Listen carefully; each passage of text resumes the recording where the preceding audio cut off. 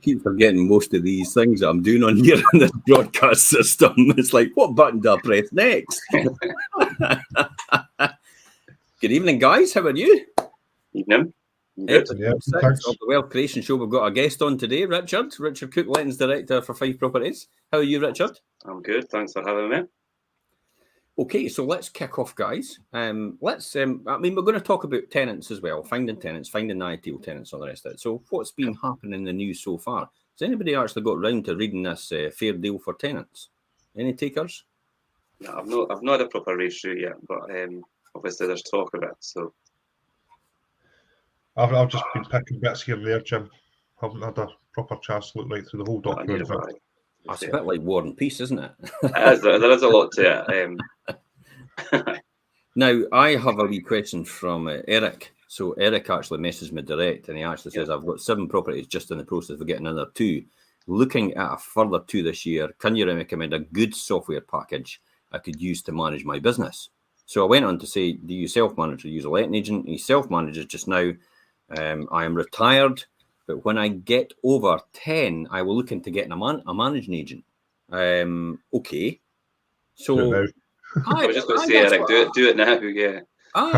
And that's what I thought. I said best start. I said actually best starting to get it managed now, so you can break an agent into your way of thinking first. Yeah. I mean, it's almost like saying, I tell you what, I'll get an agent when I get 100 properties. But by the time you get 100 properties, you're messing about here because they're not really sure what they're doing, and they don't understand your processes, so they'll not do it how you do it. I mean, I've been here before. I'm going to be absolutely honest. The question that you have to think to yourself is, do you want to work in your business or do you want your business to work for you? And if you're self-managing, you're working in the business. You're replacing your job with another job. Yeah, I totally agree with what James is saying. And I think that if you're already at the level of 7 properties, Eric, and then you're looking to purchase a few more, now is probably the best time then, if you are at that stage of retirement and don't want to waste all your time, speak to an agent. I mean, like ourselves have just updated our software. We used to use CFP Women. We've just updated all that. Costs a lot of money, but obviously we've done that because obviously it facilitates the volume of properties that we manage, and it's been really good. That's the other thing to think about, Eric, is that you're going to have an expense implementing a whole software just to manage your own properties on your own, when you could utilise an agent's software like our own. That we've just had upgraded, and it's a brilliant system compared to the previous one. And coming from an IT background, the transition into new software is never easy. We just done the migration with new system last year, and it was a challenge, but we got there, but it was worth it in the end. To have the new system, it's much more streamlined, it's more efficient, and that's another thing, another a lot of time that Eric's going to have to use to adapt himself to a new system and things. And I don't know, I mean, I would advise speaking to an agent or a managing agent now, especially when you're at that level. Certainly, I prefer to get the remittance once a month and then deal with all the paperwork once a month, and that's me. But obviously, if you're managing yourself, you're always shuffling paperwork. Yeah. Even if it's electronic paperwork. Yeah, I mean, obviously, I manage stuff for you, James, and you know that you just get your statement emailed to you a few days before payment. You've got it there, and that's all you need.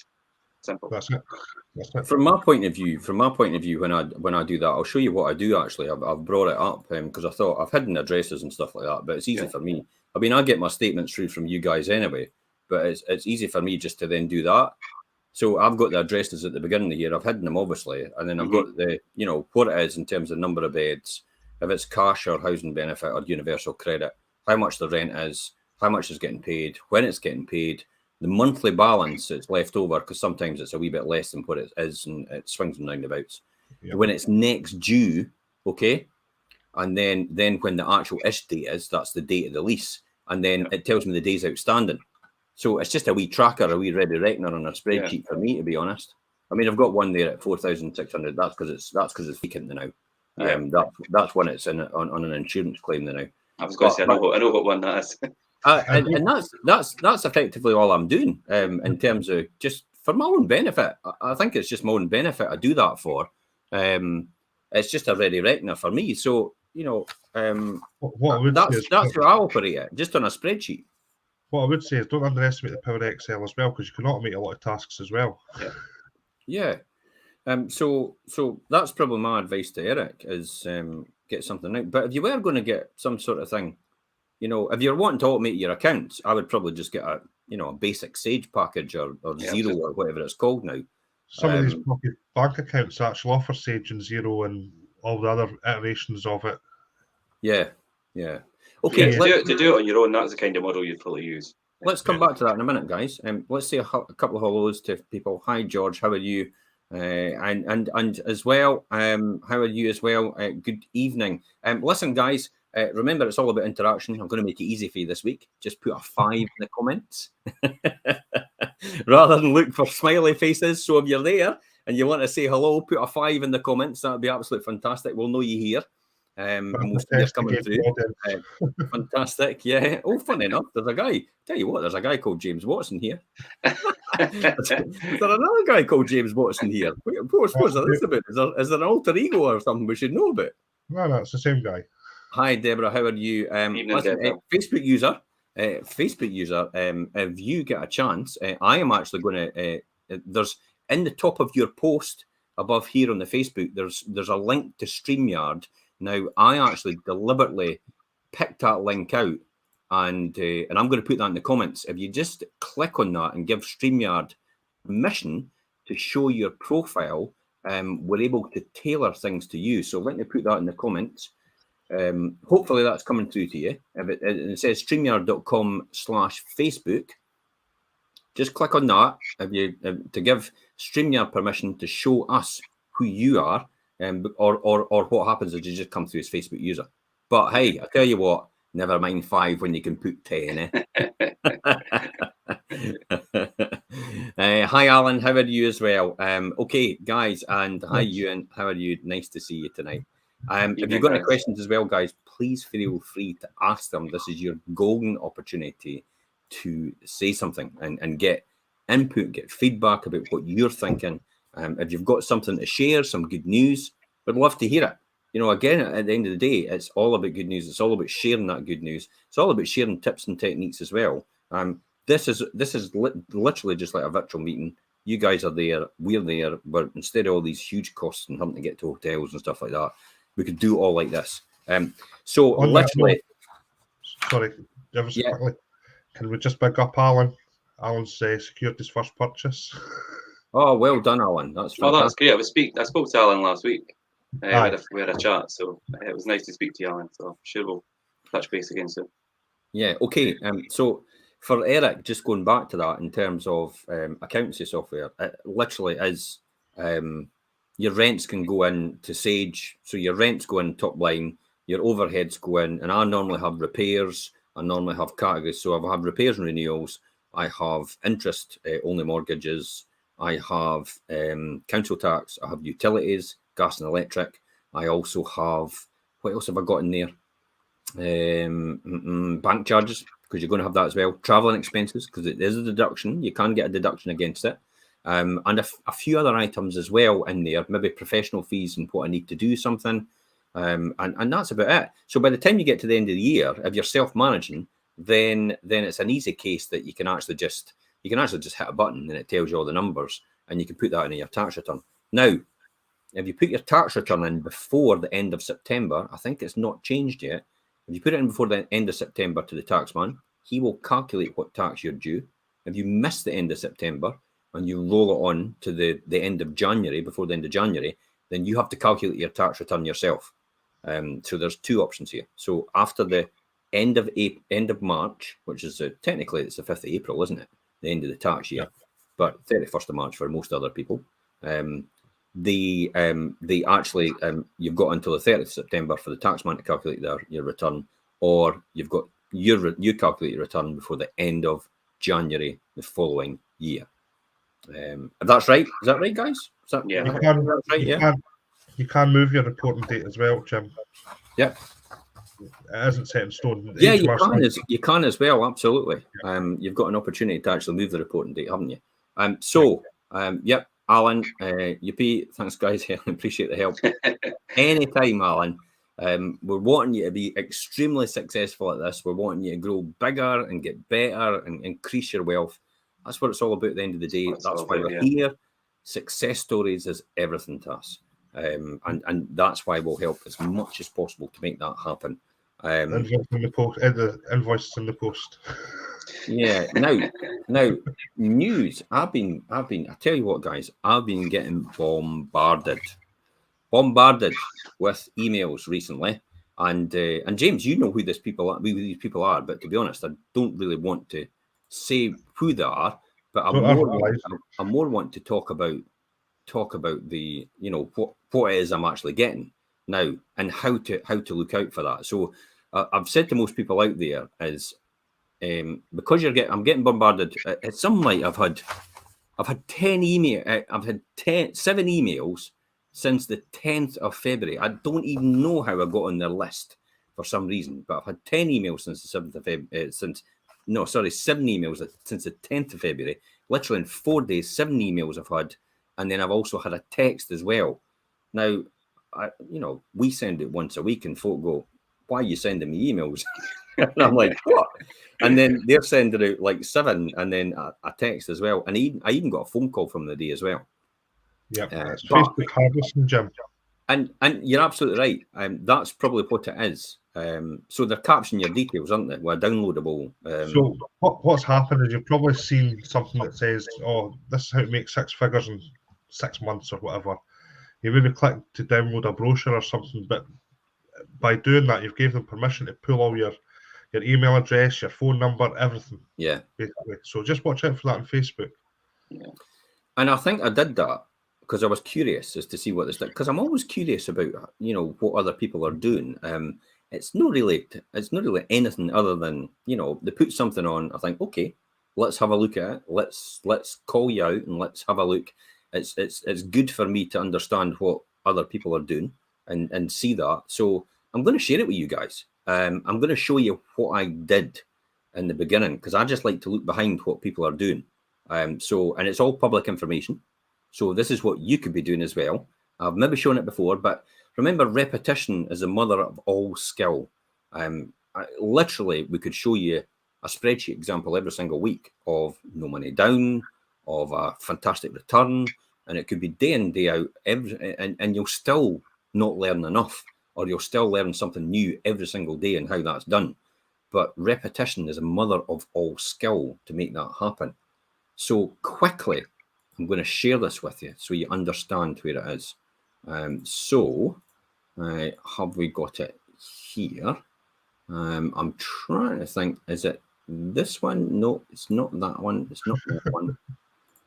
I'm not sure. Is it this one? Are we up here, guys? Yeah, that's the one. Yeah. So obviously, Gordon's getting a nice advertisement for Diamond Property Investments, but so that's known as Gordy. Yeah, that's your bonus, Gordy. So Gordy's in there. So the first thing I do straight away, just for my benefit, I see right down at the very bottom there. Can everybody see that? Diamond Estates Property Limited. Yeah. So I just copy in that one, and then what I'll do, I'll just click off of that just now and stop sharing. I will then jump on to, if you bear with me, and I'll open a screen here. I will then jump into here. Now, I'll just share the screen before I hit the button. Just as well, I know my way around here.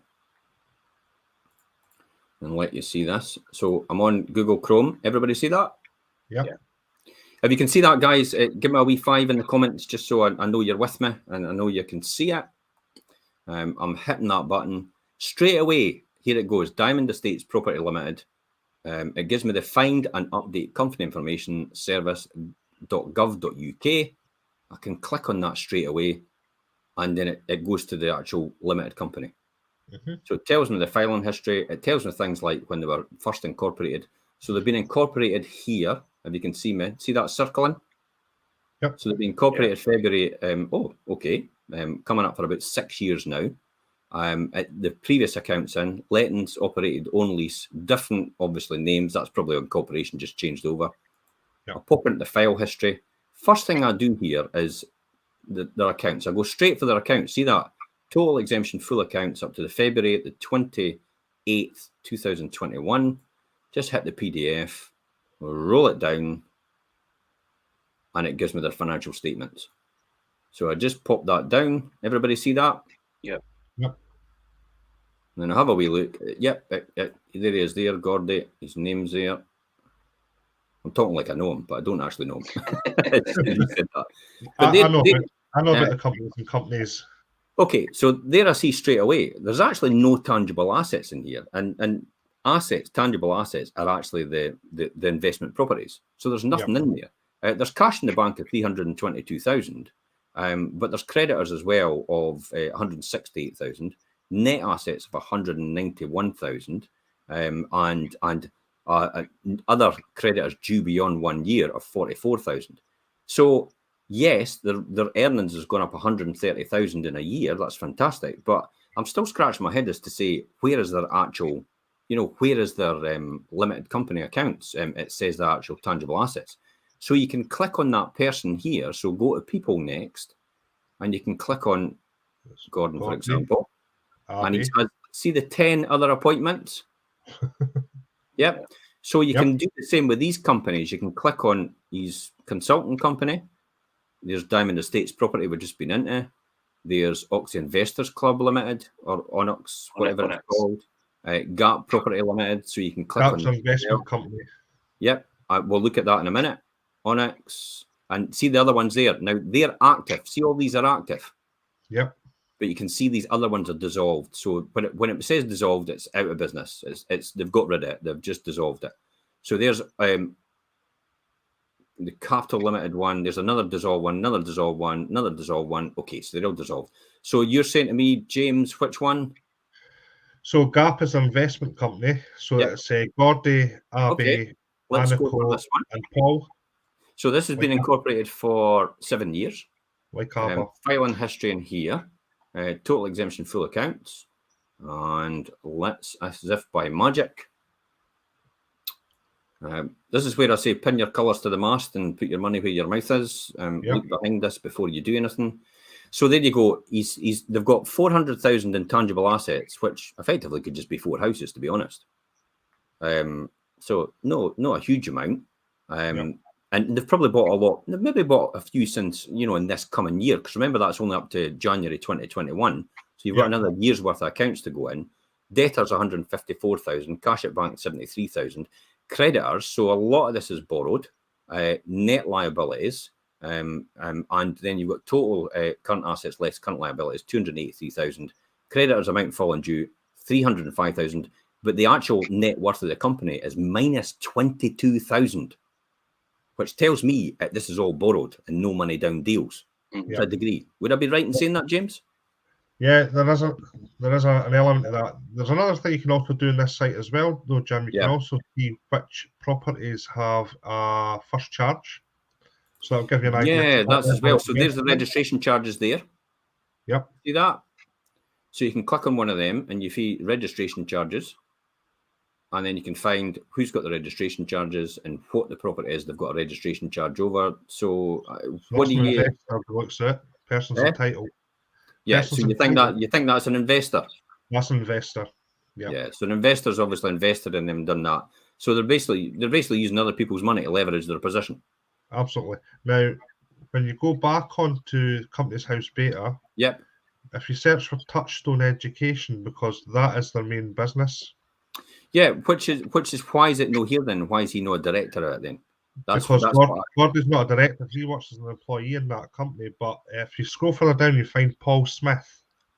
Yep. Yeah, there you go. Right, click on him. Mm-hmm. See how many companies he's involved in or has been involved in. Yes, Wealth Education. Do you think it's Wealth Education? Do you think it's that one? Yes, absolutely. Okay, let's go for that one. Let's go for convention statement. Let's go for 2020. Let's pop down to that and see where we are there. We've got very sharp accounting practices as well, Jim. But then the balance sheet's only looking at minus £395. Yeah, I think they're creative accountants, as you could say. Yeah, so they spend the money basically. Yeah, so Aye, okay. So what we're saying, what are we saying? You know, look behind somebody to see if they've got what they're actually saying they've got. Absolutely, yeah. I mean, that's what due diligence, and we all should do it. You know, we all need to.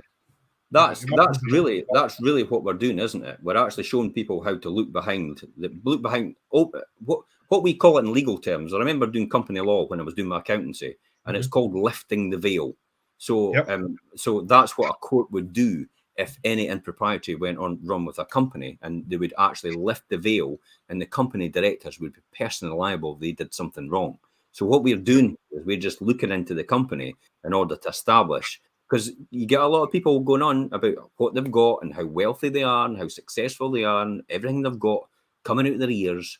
And then the next minute you look at their company and it's minus £395. And it's kind of, and you're looking at their net assets and you're thinking, you've not got that many. Because effectively 400,000 is probably, I mean, even at 50 grand each, what, 8 properties? 8 properties, yeah. Yeah. 8 properties. That's no, I wouldn't be blown about that. They've got very sharp accounting practices. I'm in the process of selling 8 companies or buying 8 companies to my limited company, and that's just a casual thing.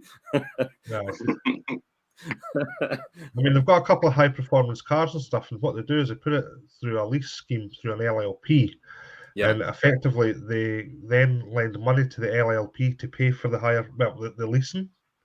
So they're basically driving a free car, if you will. Is that the guys running about in all these Lotus Elites and everything like that? No, this boy drives it's one of these quad turbo or twin turbo V8 Mercedes, and she's got one of these top of the range Land Rover hacks.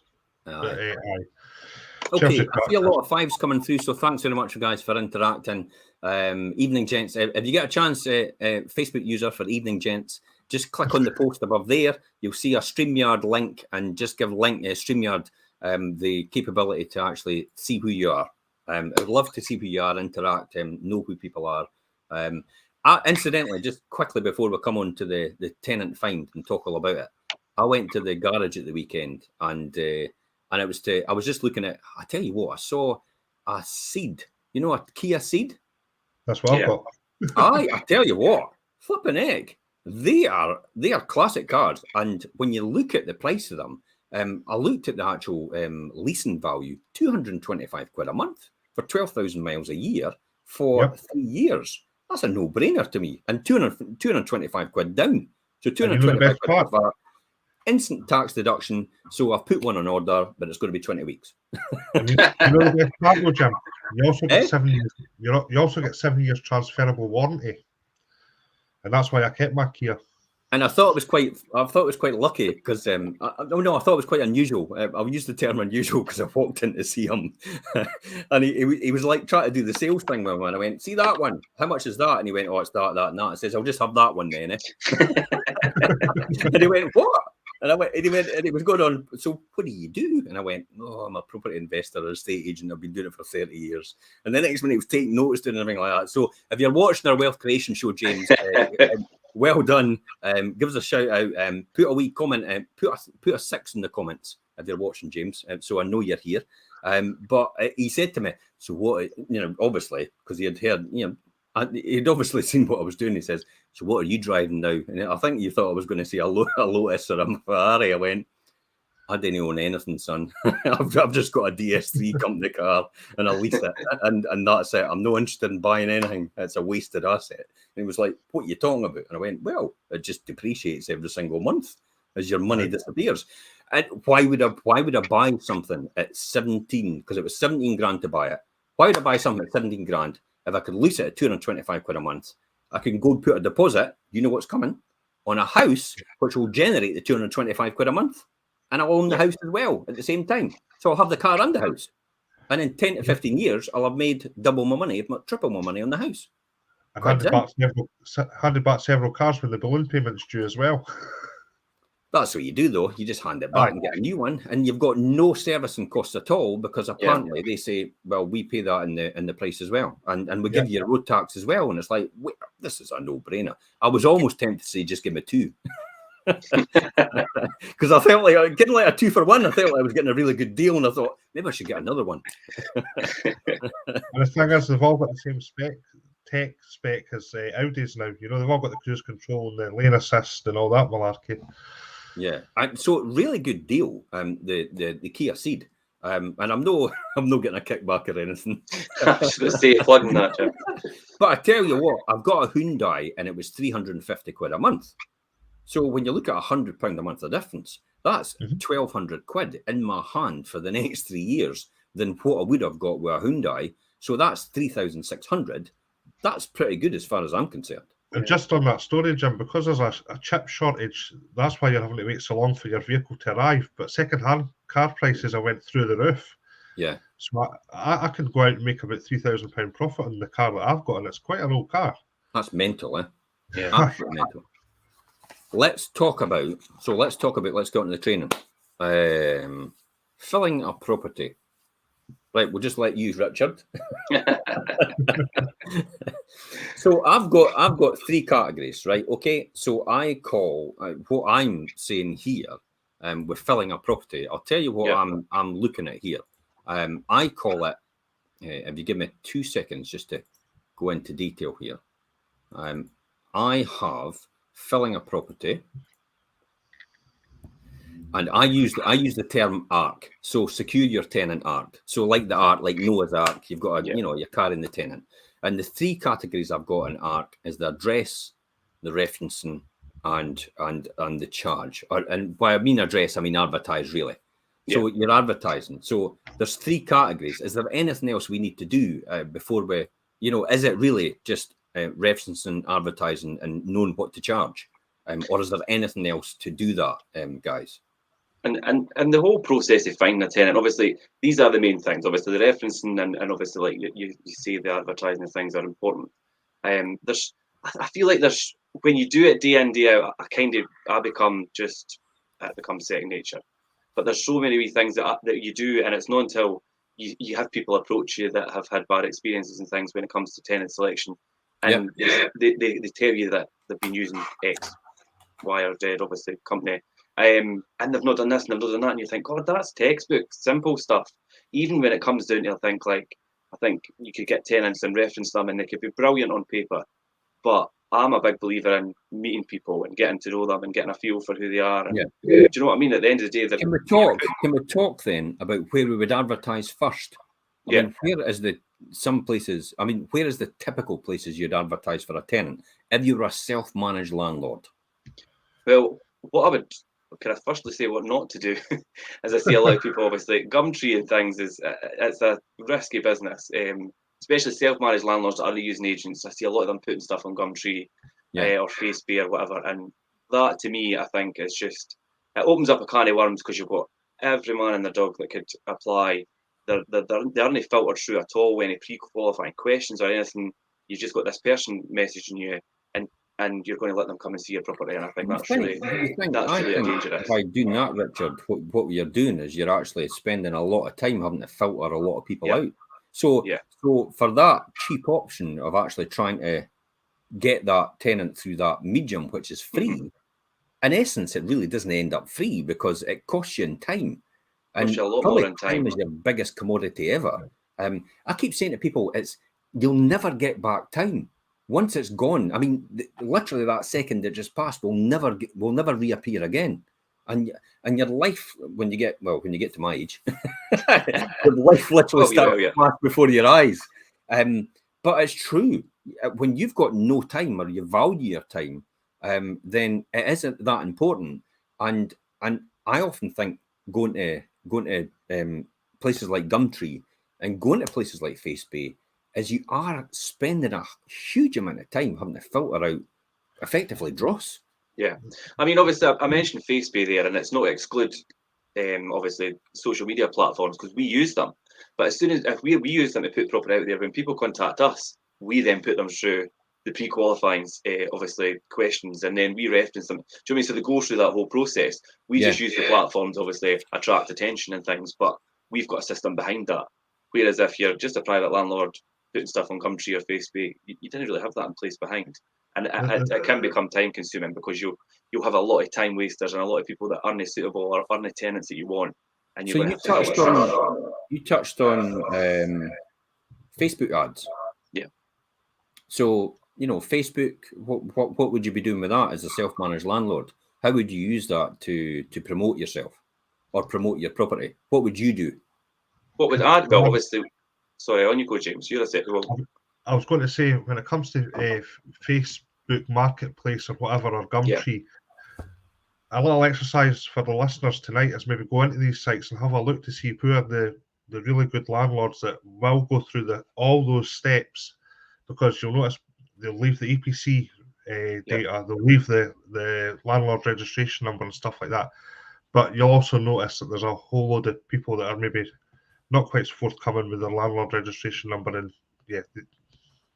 just like that, we have to look out for tenants. Tenants also have to look out for landlords. Yeah, I mean, by law, all advertisement for lettings has to show the landlord's registration number. Yeah. So, I mean, whether that's on social media or whether it's on the property portals or anywhere, you have to display it. And obviously, us as agents have to display our letting agent number as well. Mm-hmm. But most people don't do that, do they? There's a lot that you would, I mean, more than you would expect. Don't follow the guidelines. So when you put a Facebook ad on, you have to put your letting agent number, you have to put the property you're actually letting, you have to put the rental charge you're charging, you have to do all these things. Would you suggest to a self-managed landlord now that they actually do video walkthroughs for their properties? Yeah, I mean, that's the thing that's going to attract the most attention. We do our pre-launches and things. We pre-launch properties by video, and we also do the walkthrough once the property is live and things as well. But video is the way to catch attention. Live videos. It is the way to go because it gives more traction to the audience, because you get rewarded from Facebook for doing a live video. Therefore, it pushes you out more organically, and a larger audience begin to see. But it's also to engage as well, to get people to say, I tell you what, just give me a share or give me a like or make a comment on what you think is the best thing for this property, and it'll push you out even further. It's velocity marketing to try and beat the algorithms of these social networks, and that's the way you want to do it. You just a comment, a share, a like, whatever. Yeah. We'll take a couple of comments in here. There's Alan. Oops, I just paid cash for a Volvo. Alan, you could have had another house. You could have oh dear, come on. And then he actually says, like a steak. Jimmy actually says small management fee will save landlords and investors thousands in the long run. I honestly, genuinely, I can't remember if this was just a dream. I was trying to tell somebody for less than the price of a cup of coffee every day, you could actually get your property managed. And I can't remember if that was actually talking to somebody in real life, or it was maybe just a dream. Do you know? It's far less than the cost of a price of cup of coffee every day.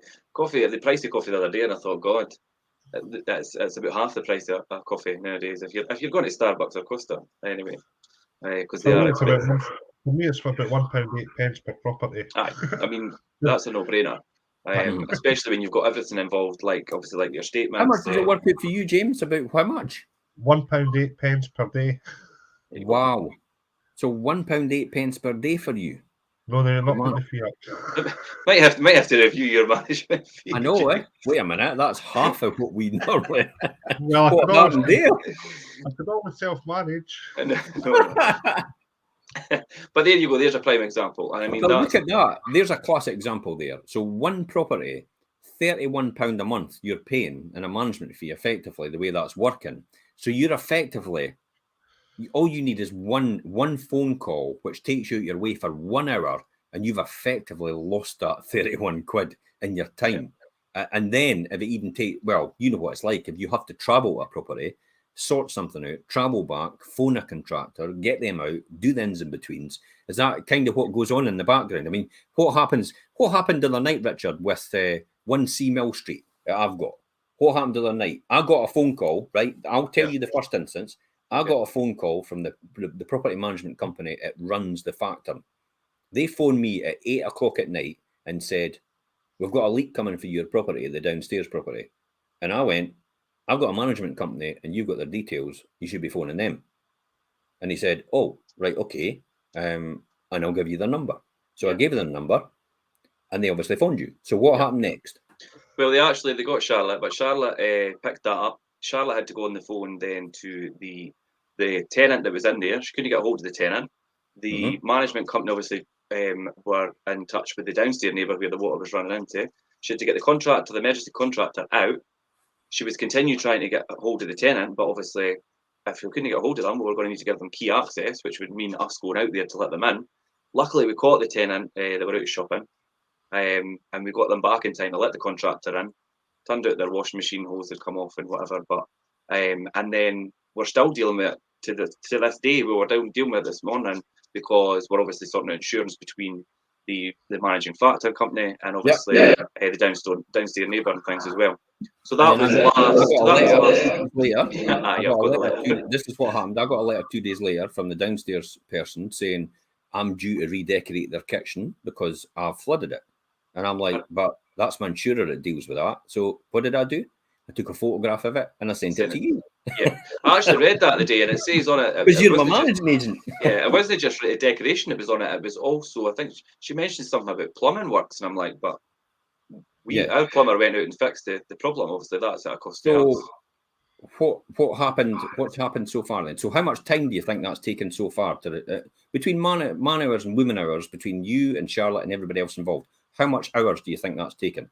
Oh, between the night that it happened, the day after, I done some correspondence over the weekend, and then I've been dealing with it today. Because you're talking about 6, could be 5-6 hours.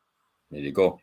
So there's a perfect example of why you have a letting agent and why you don't self-manage.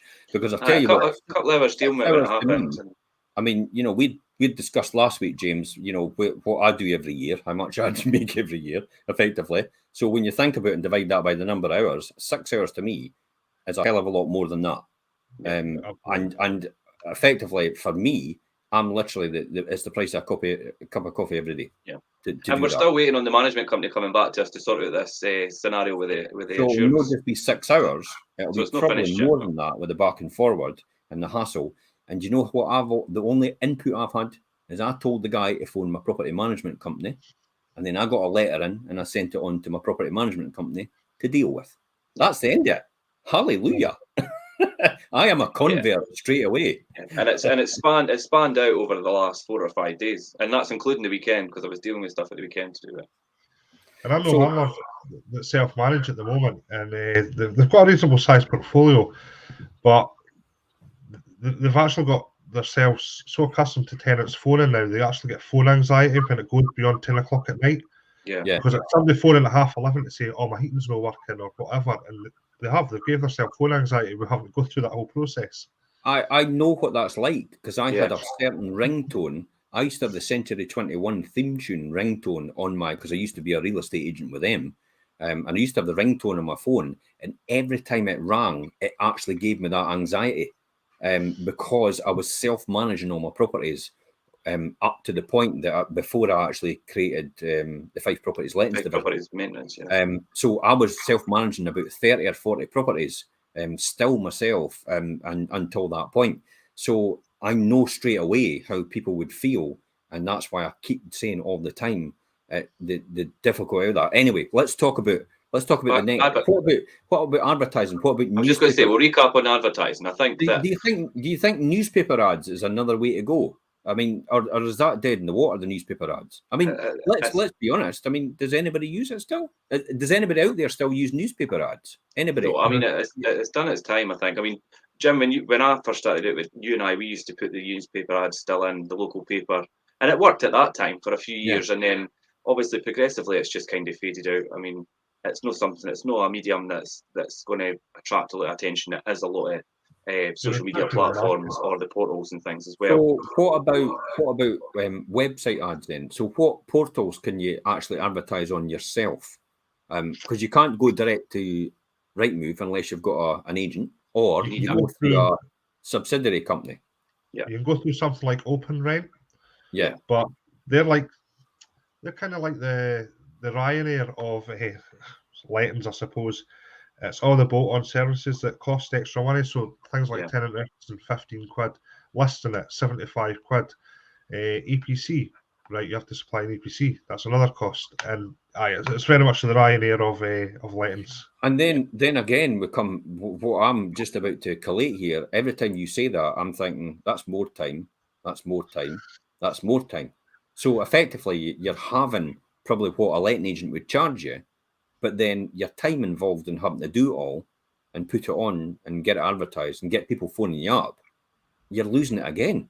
So so advertising on websites yourself and doing self-managed isn't probably the way to go, but it's a great way for an estate agent to go, because it's what they do day in, day out.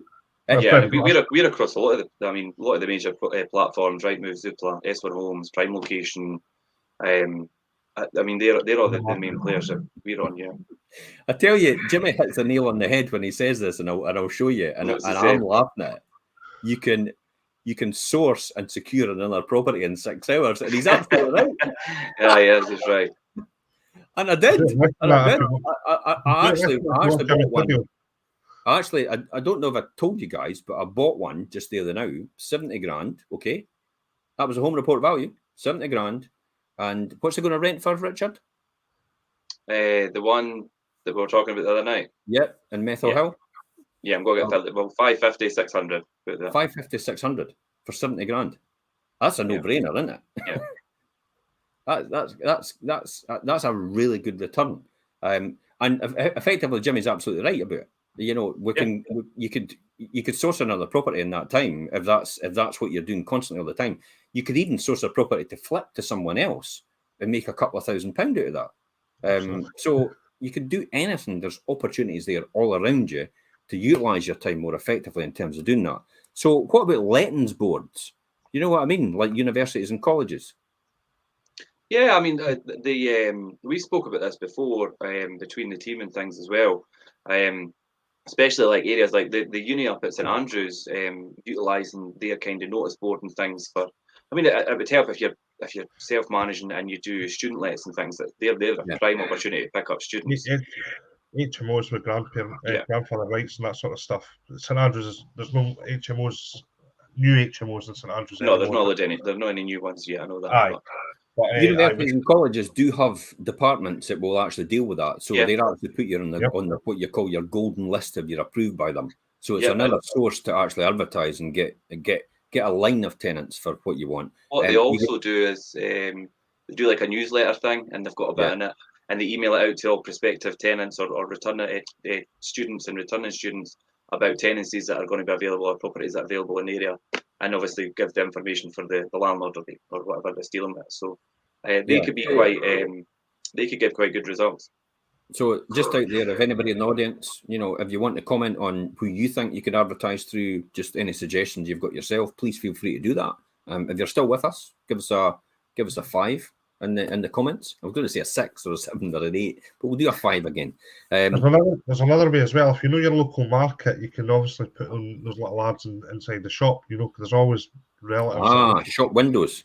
Yeah. Live closer to relatives and stuff. So, you know, you might find that a particular property with older parents, for example, in order to get that local connection, they might want to live just a couple of doors along because they're going to need that assistance, you know, from day to day. I can see a few 5s coming through. Thanks, guys, for that. Really appreciate it coming back to us with that. Local authority referrals. Did you know the local authority has a golden list? Yeah, they do. That's another way to get it. So get in touch with your private landlord registration, and they should be able to refer you back to the local authority division, the empty homes initiatives and stuff like that to do that. So universities and college. And last but not least for me, I think we've exhausted it. We'll just go down and use a letting agent.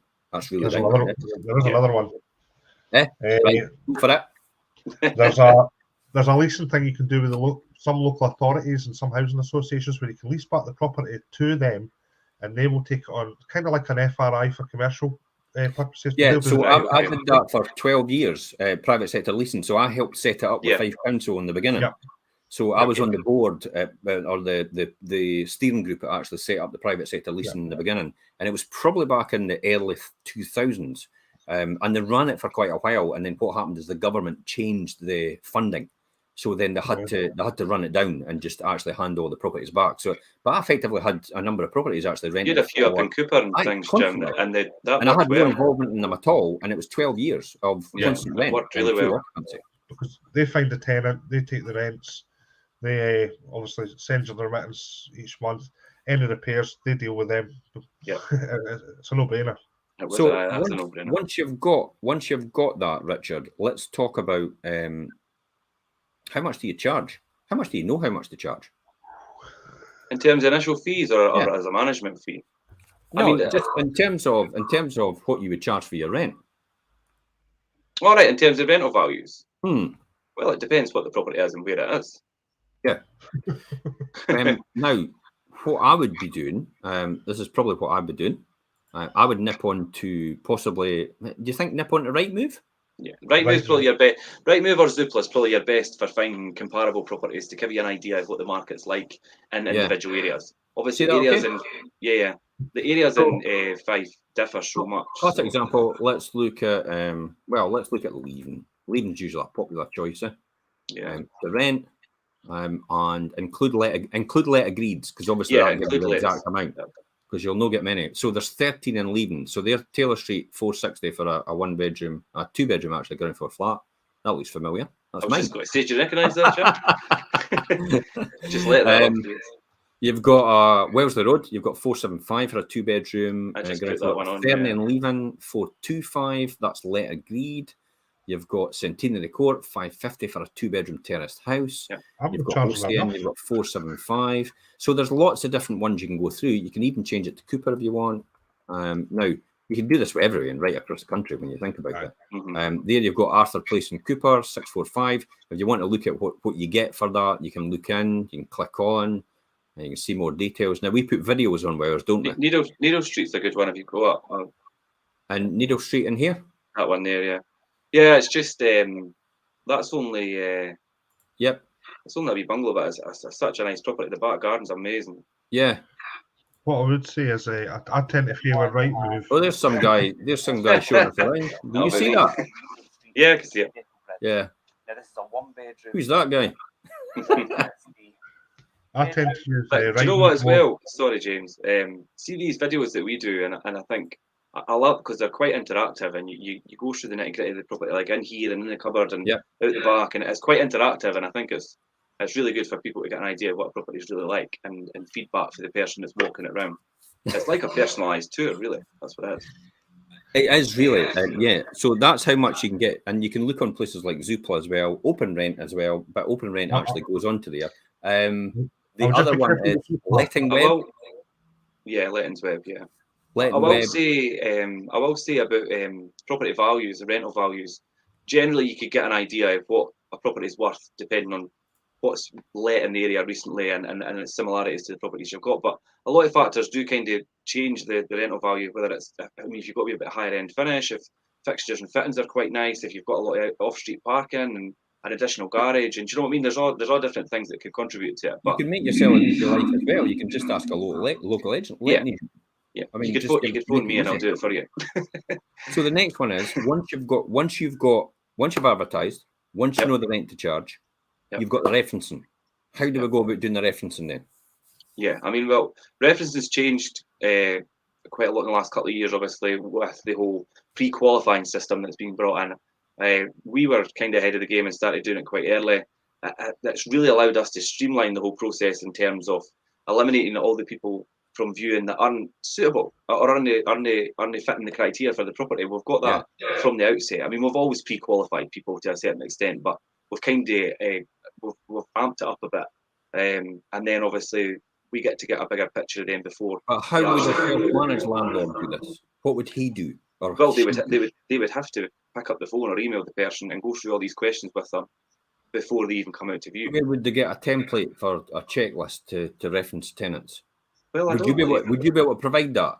I would be able to provide them one. Yeah, you'll not get one on Google. So when you get a chance, could you do a downloadable template maybe and just actually put that in the comments on all the channels? I'll do that. Yeah. You can also get it off the Scottish some of the associations. So Scottish Association of Landlords. SAL will have a version of it, but I think I've actually seen SALs, but it costs. yeah, it does. You'd have to pay for the download, or obviously be a member. So a template for referencing could be downloaded. It could be getting off a local agent. I've got another one for referencing, is actually go and visit the person's property if they're local. Yeah, I used to do this every single time. So when I was taking somebody around, if I had doubts about them, and I've something wee niggly, you know how you just get that sixth sense. Now this is important for everybody out there to understand. You know how you have a sixth sense? Well, it's true, you do. You have that wee thing. It just it's the back of your mind goes, there's something just no right here. Trust your gut. It's absolutely spot on. It's bang on. Usually it's everything. Now, I've fought against it for years and years and years and taken it at face value and go, oh, this person's all right. You know, it ticks all the boxes because I'm quite logical and I've never been emotionally led, and I've been a logic things to death. And it's been, and I've tested it, and every single time I've logicked everything, it's turned out that I've been wrong. My first instinct was actually right in the first place. So your sixth sense is right. And I've caught a lot of people out like this where they've gone, oh, I'll look after my house and I'll be able to take it and I'll be able to do this and that. And all right, okay, where do you stay? Oh, I'm just round the corner. And then what I would do is I would get all their information. I go, yeah, that's great, thanks, and all the rest of it. And then when I was in the neighbourhood, maybe in the next couple of days, I'd just give them a quick ring and say, I'm in the neighbourhood. I'm just passing yours. Can I pop in and see you for a minute and have a wee chat about your possible tenancy? They go, yeah, okay then. And then I'd pop into the door and I go, see, when I'm here, do you mind if I have a wee quick look around and see how the your landlord looks after your property? And then it gives you an idea, because normally they have a go at the landlord, whether it's the council or whether it's the existing landlord, and say, oh, it's all their fault. And the next minute you realise that they're drying all their clothes on the radiators. They're closing all the windows. The whole house is humid as a result of them not airing the place. Sometimes they've not even got the heating on at all. You look at the carpets and there's stains in the carpets where they've dropped something on the carpet and actually they've just no bothered to clean it up. Yeah. So it's a really, really good one for a self-managed landlord to actually do the drop of a hat visit. And most people just go, yeah, that's fine. Obviously, you're coming round to talk about my tenancy, my possible tenancy. I'm happy to let you in. And then that's a golden opportunity to see how they really live the now, because that's exactly how they'll treat your house. Yeah. Well, you know about my scare story for last week when I went to see that tenant's property. And it was a no from me. Yeah. And that makes your decision as well. But yeah, gut instincts is always follow them, I think. Especially when you're doing a reference. The referencing, and then what about the credit checks? Where would you get credit checks done? Would you be able to we use a company called HomeLet to do credit checks. Obviously, we've got. Would man on the street be able to do that? Well, no, you're probably better. You could do it through Experian, or you could also do it through is it Equifax that do it and things like that. I mean, there's lots of different companies. There's Check My File as well. Yeah, they do a tenancy element as well, but it costs money. It does. It'll cost us more than it'll cost you guys to do a single search. I mean, obviously, your referencing fees incorporated in what we would do for you, but we do a lot more than just process a referencing form. Do you know what I mean? Then, as well, when you think about it, we've got a huge database of people that are commonly problematic. Plus, we've got a huge experience. It's a letting agent as well, drawing their experience as well of the fact that they know when something's not right. Whereas if you've not got that seasoned experience, you don't pick up on it. You don't hone in. Like you said there, Jim. I mean, I remember in the early years, sometimes I had went against my gut instinct or my gut feeling and give somebody the benefit of the doubt and got my fingers burnt for it. So I didn't do that at all now. Because I'm quite like, right, okay, this doesn't feel right or this isn't right, and move on to somebody else. You're better to find the right person in the first instance rather than just fill the property and have all these issues further down the line. So when you talk about things like the cost, I mean, typically, for putting a tenant in, it's round about $350 plus VAT or something like that. Yeah. Referencing £85. Deposit lodging. Deposit lodging 25. Yeah. So when you work out that and you work out all the hassle factor of having to do it all yourself, all the contact and the reference and the tenants and the time and everything like that, you've kind of lost that if you spend 2 or 3 hours on it. Yeah, a couple of hours on that money. I'll go back to what Jimmy said. Basically, it's like you could have secured another property in that 6 hours that you've spent. And I'll tell you as well, the deposit lodging charge of £25 is, I mean, depending on what the process is at the end, how detailed or lengthy it is, but for the amount of work that gets put in with the deposit scheme, in some instances, 25 doesn't really cover it. Yeah, I don't think it does actually, but it's a token gesture to go towards admin costs. Just because we're lodging it with our account and we deal with it. And every letting agent actually charges all these costs anyway. So you know you're picking you're obviously picking the best one, and hopefully you've demonstrated that, Richard. I would say clearly. I mean, you know, that's why I'm happy to keep continuing to use it. I mean, it's not the fact I own the company. Yeah, no, I think as well. Though it's like I think you draw for experience. You draw a lot for experience, and obviously I've been doing this for about 12 years this year. So I mean, it's like there's a lot of agents out there that maybe didn't have the experience or didn't have the knowledge or the knowledge passed down. I mean, you obviously we've learned a lot throughout the years and things and training, and do a lot of agents do that? Continual training with people. Well, definitely, or you're never going to be in the loop. For the CPD. So, what's your, you know, James? I mean, we've kind of been through everything now. So we've gone through how to advertise the property. We've gone through how to reference tenants. We've gone in the process. We've gone through what charges you'd be charging for the rental value and how to find that. Is there anything else finally where you would say to someone out there, just as a parting, you know, that's us finished, and this is the best thing, the one thing I would do? I would certainly say definitely get an agent to do it for you, because it is a big headache. There's a lot of running around, and to be fair, we're busy enough as it is already without adding more to it. And the more you add, the more corners you're likely to cut. Yeah. And you could end up with that nightmare tenant that has a cannabis factory inside your house. Effectively, that's the sort of thing. I mean, what about yourself, Richard? I mean, what would be the self-managed landlord out there? Yeah, I mean, if you're adamant on self-managing, then there is a lot of aspects that you need to obviously take into consideration. I would recommend, especially if you're building a big portfolio or a bigger portfolio, to use an agent. And if anybody that's listening or anybody watching the rerun wants to speak to me and pick my brain and ask any questions, then please do so. Please feel free to message it. I mean, for me personally, I've been through both processes. I remember self-managing for the first 30 or 40 properties I had. I know what it was like. I basically became a social worker to everybody, all my tenants. It was really difficult. I mean, I'm a person that can't say no. I find it really difficult, and when people are in need and they need help, and I feel obliged to do it regardless of what time of day it is. I've told the story before how I was sitting there on Christmas Day at 10 o'clock because the radiator fell off the wall because one of the guys had actually sat on it, and then they turned round once I'd actually switched it off, drained down the system, and said, "How's your Christmas going so far?" Hello. What do you think? I'm here on Christmas morning at 10 o'clock.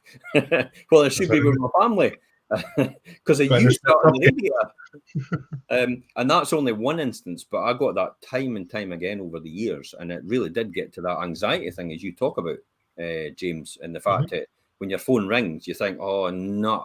And my suggestion as well is actually get a separate phone for if you're self-managing. Get a separate phone for people to ring. Don't use your personal phone. I know you think it's going to save you money, but you're probably just better getting a pay-as-you-go phone. And actually SIM card. Yeah, SIM card. That's my best advice to you out there, because it keeps it separate, and you don't get that anxiety when your own phone rings then. And make sure you don't hand it now. You can also claim it back through costs as well. Yeah, exactly. Another tax reduction. And that's it, guys. Thanks very much for coming on. Really appreciate your time. More than welcome. Everybody out there as well, thanks very much for tuning in. Thanks very much for taking part and getting involved in this as well. And until next time, guys, from the Wealth Creation Show, we'll see you next week at 6:30. Bye-bye for now. Guys.